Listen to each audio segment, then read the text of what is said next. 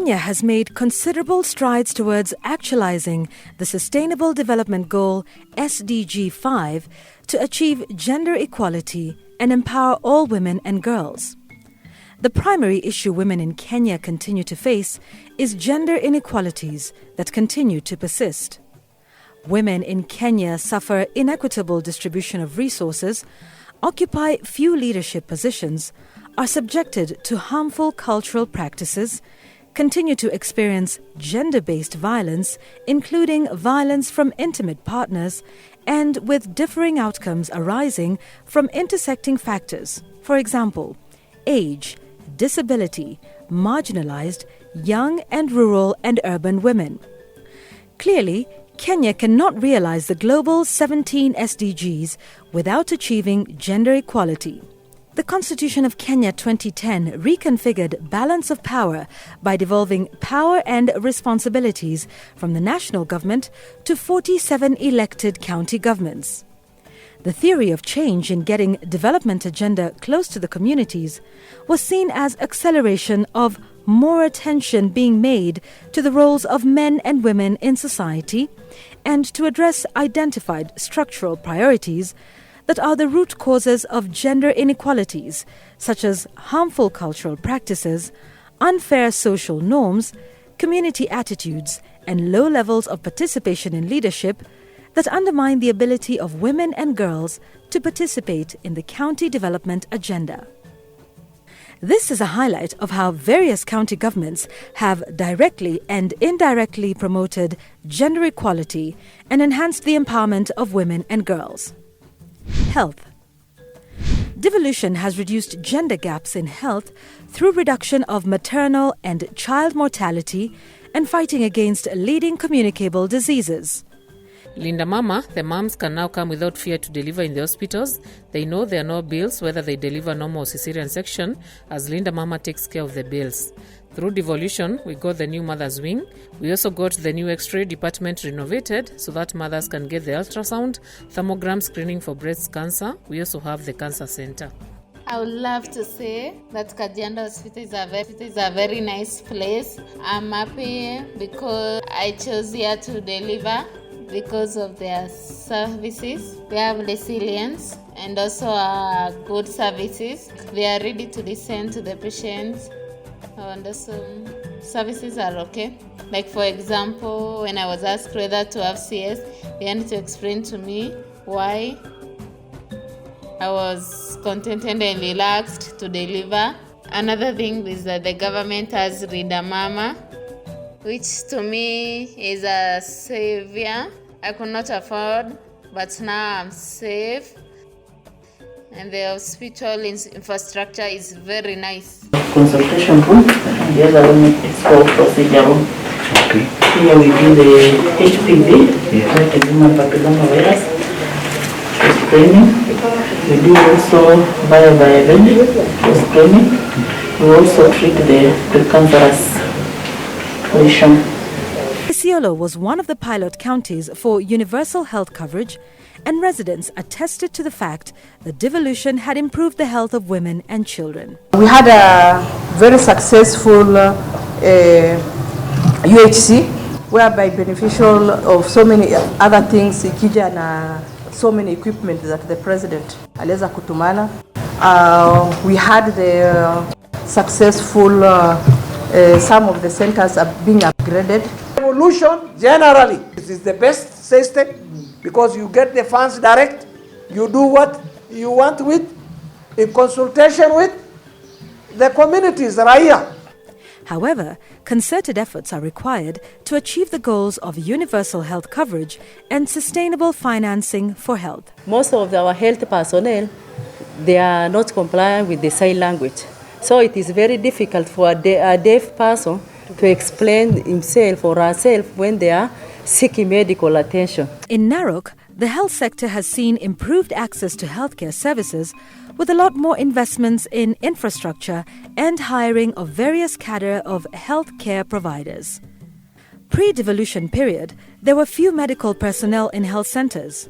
Now, the devolution enabled huge investments in facilitating service provision through specialized care.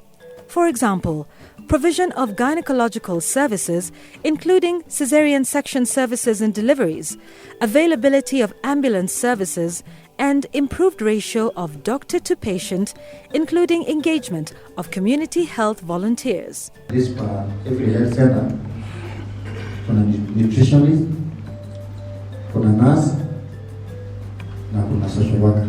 Sasa sisi kama mimi namna hii ni watu wa kueleza, tukienda kwa vijiji kueleza msichana akishajifungua tafadhalini mpeleke hospitali, kama hajajifungua tafadhalini mtoto akikuja mapema kabla hamjafika hospitali tafadhali muangalie. The maternity wing in Garissa GK prison and in Kilifi referral hospitals have been upgraded. Immunization coverage for babies has been enhanced and high investments made in providing babies with the 3 mandatory doses of vaccines as required. There's a hostel that has been built for the women inmates, courtesy of the county government of Garissa. But they have been housed in an old, dilapidated, I should say, colonial building. But now they are now living in a better room. The mothers and the babies used to congest so much. The mothers were like living in the hospital in very stressful situations, and it was actually uncomfortable for them. But right now the mothers are comfortable and we are happy and they are also happy.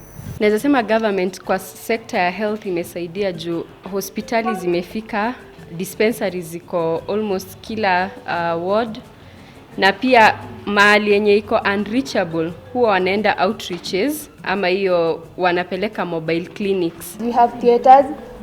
Kitambo watu wakitaka vitu kama surgery zile ndogo ndogo ilibidi waende place kama Nakuru, Nairobi, but nowadays sasa juu ya improved facilities watu wafanywa those surgery huku Maralal. Women constitute an integral part of the population, and therefore their contribution towards various development projects in terms of identification, initiation and propagation of development agendas, including the management of various devolved funds, cannot be overemphasized.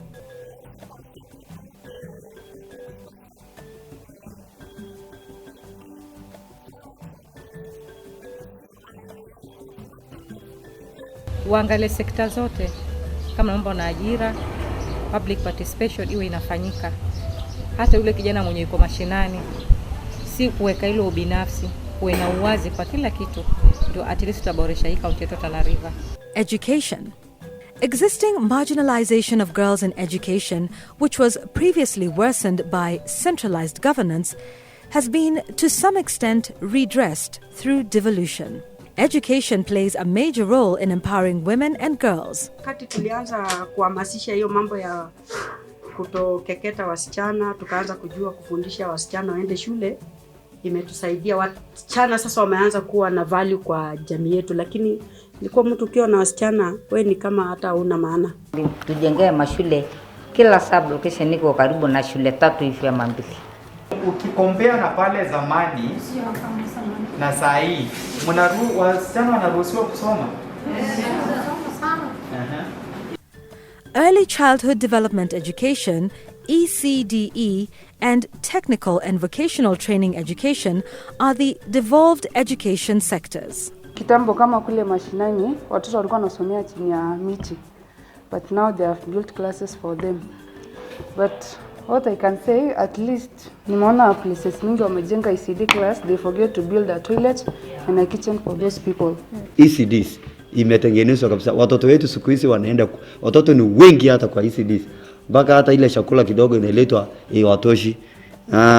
Kwa upande ya vocational, tunaona hata disabled kama hizi polytechnics hapa wengi wanajoin, na tunaona ya kwamba hata hawa pia kama kuna wengine wamejapata nafasi ya kuenda secondary wanajoin hizo tertiary. Tulikuwa tuna challenges za walimu, but I think last year wali recruit walimu wengi katika ECDs. Most walikuwa women. So I think ni hatua, but tuzidi kuweka infrastructure nyingi. And then I think katika every ward kulikuwa na 2 ECDs ambazo zilikuwa like a center of excellence ya hizi ECDs zingine ambazo zilikuwa ziko na walikuwa wanajenga like four classes, na kila class iko na like room ya class teacher na wame-equip. So I think tumepiga hatua kubwa in terms of ECDs. Mimi ni beneficiary wa hii vocational, na sana ningeona kwamba serikali waweze kutusaidia zaidi, kwa sababu tuko na wasichana ambao ni dropouts wako manyumbani, na pia tuko na young mothers ambao wako manyumbani, na ningeliomba kwamba itafutwe namna ya kwamba wafikiliwe kule ground, ili kwa sababu ya kwamba wahamasishwe zaidi kwa sababu ya kujoin hii vocational center.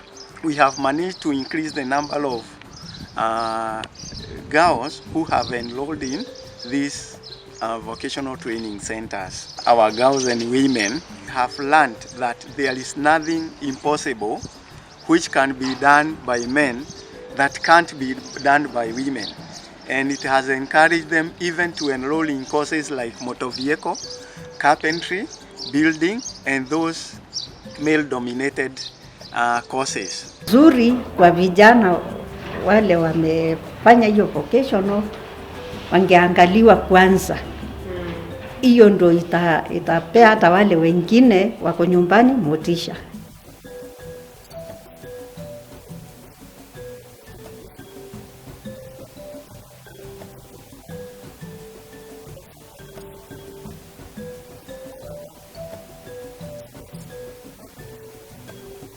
Kaunti wanasaidia hiyo scholarship. Paka form 4. Kuna wale wamepata wamemaliza. Wasichana wote wakifika class 8 wanaoleka. With the devolution program imekuwa karibu na watu. Sasa access to school ni rahisi.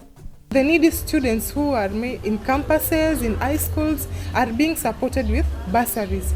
Economic empowerment through trade. Devolution has provided a good platform on which women's agencies can be not only exercised but also optimized for positive effects on women and society in general. Kwa upande wa cooperative wametusaidia sana. Wametusaidia 1 million. Saizi tuko na revolving loans. Sasa devolution imekuja, ni rahisi kufanya kazi na watu wa county kwa njia rahisi. Lakini hapo awali hatukuwa tunafanya kazi na watu wategemee tena wazee.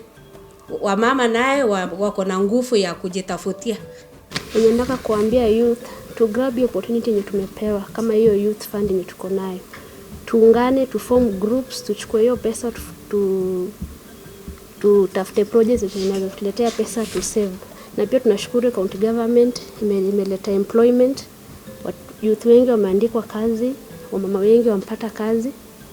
So tuchukue hiyo opportunity saizi tujiendeleshe. Tuko tunafanya group ile contribution pesa, tuko tuna contribute saizi, tumekuwa pamoja, tunachanga pesa pamoja, tunasaidiana wenyewe kwa wenyewe, tunapeana mkopo.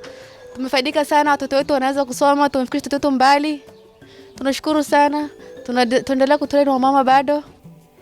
County governments have played a key role in enhancing economic activities of various women groups and sought to expand markets for their products while upgrading the existing marketplaces and stalls. Kama ingekuwa county kasoko yetu haingekuwa imejengewa soko, na tunashukuru kwa hiyo soko. Tunasema hii soko imetulisha. The main market where we are now is supposed to accommodate about 400 mothers. Those mothers who are now in the open Korehi market will be transferred to this main market once it is completed. Tulipopata county wakakuja wakatuunganisha, tukawa kitu moja, tukaform cooperative. Kitu ya kwanza tukapata njia rahisi ya kupata materials ya kutumia katika shanga, ama kupata pahali pa kuhusia. Tulikuwa tunahangaishwa kwa sababu ya hatukuwa na mali ya kuchomea samaki, hatukuwa na saidiadi yetu, lakini tangu devolution ianze tukapata hii uwanja. Sasa hii tumefaidika sisi kama wamama. Tumefaidika, hii kazi ya samaki inatulipia manyumba, inatulipia school fees, tunakula na watoto wetu vizuri, hakuna kusumbuana.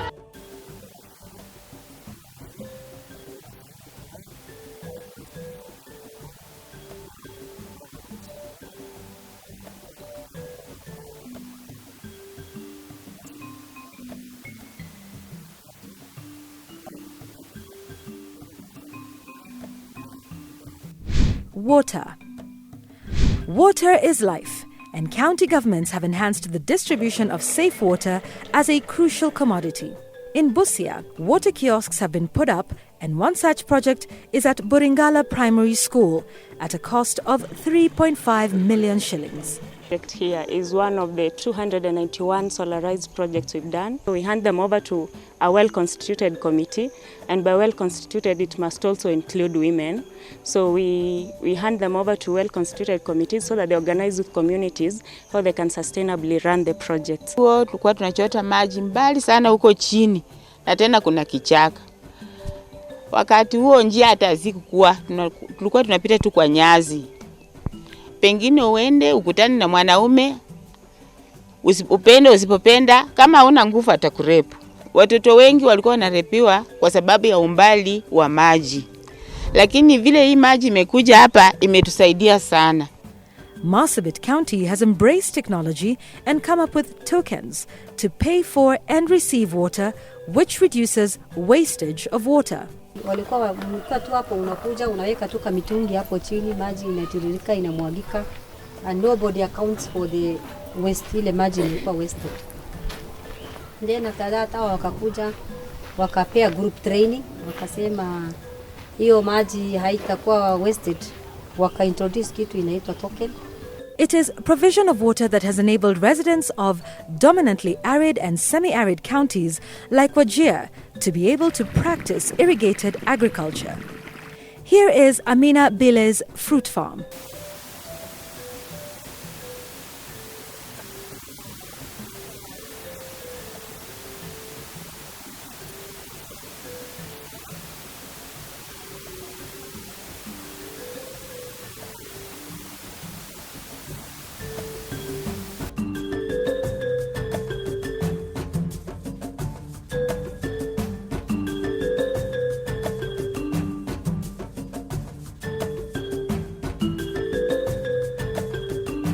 Sasa miti wakati anabandisha, sisi tumejua faidi yake. Tumebanda miti mingi, tumefazika kina mama. Sijua anafika alifu ngapi, anapata pesa. Anafaidika, watoto yake anapeleka shule. Tumesaidika vizuri kwa sababu tumepanda miti na tunachukua mshahara na tunalisha na watoto wetu hiyo pesa.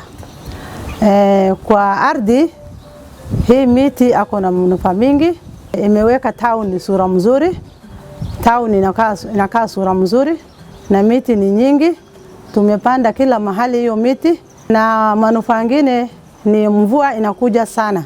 Saa ile tumepanda hizi miti, hata flood nyewe imekuwa kidogo kwa sababu imesaidia, inashika maji badala ya kwenda karibu ardhi yote. Tumepata maji wakina mama, tulikuwa tunaenda mahali mbali kuleta maji, ukienda saa 1 utakuja saa 7 ama saa 8.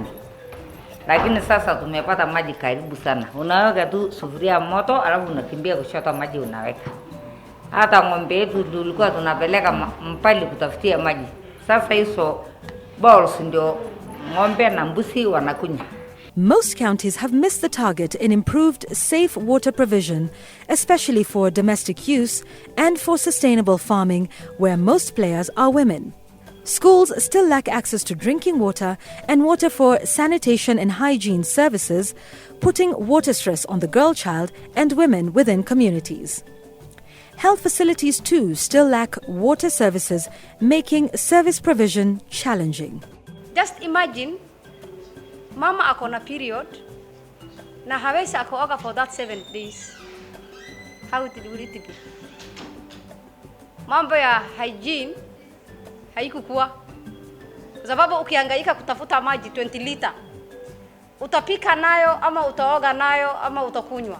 Ni saizi ya function hiyo borehole. Jerrycan moja ni 25. Sasa kwa upande mwingine kwa watu wako chini wanakosa hiyo pesa, wanaenda kutafuta maji mbali sana. Gender-based violence.